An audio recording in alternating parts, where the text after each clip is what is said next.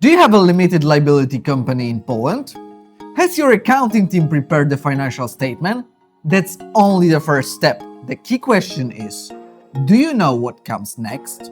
Hi business world, I'm Chris, and today I will explain what you need to do once your company's financial statement is ready. If your financial year matches the calendar year, the financial statement must be prepared by 31st of March. It must then be approved by 13th of June.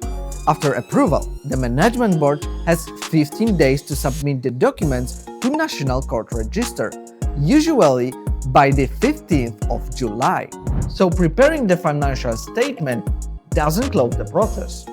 You still need to approve the financial statement by shareholders, adopt the required resolutions, and submit the full set of documents to the Financial Documents Repository. So what resolutions are required? Typically, approval of the financial statement, profit distribution or loss coverage, and discharge for the members of the management board. Depending on your situation, you may also need a management report and a resolution approving it, an auditor's report if your company has subject to a statutory audit. If you need support, we can handle the entire process, prepare the resolution, assist with approval, and submit everything to National Court Register. Don't wait till it's too late. Contact us now.